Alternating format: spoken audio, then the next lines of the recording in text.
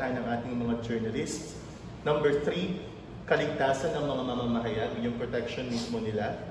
Next, kalayaan pang-ekonomiya ng media. And 5th, socio-cultural na kapaligiran. Ulitin ko lang sa 5 paraan, amin na measure ang kalayaan sa pamamahayag ng 180 na bansa. Una, sa kalayaan sa politika. Pangalawa, legal na proteksyon.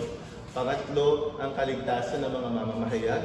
Pang-apat, kalagayang pang-ekonomiya. At pang-lima, socio-cultural na kapaligiran. So ito yung ribanta sa kalayaan sa pamamahayag ay ang karahasan laban sa mga mamamahayag.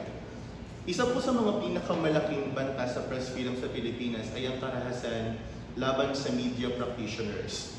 Mula noong 1986 hanggang sa kasalukuyan, mahigit 140 na mga mamamahayag ang pinaslang sa Pilipinas.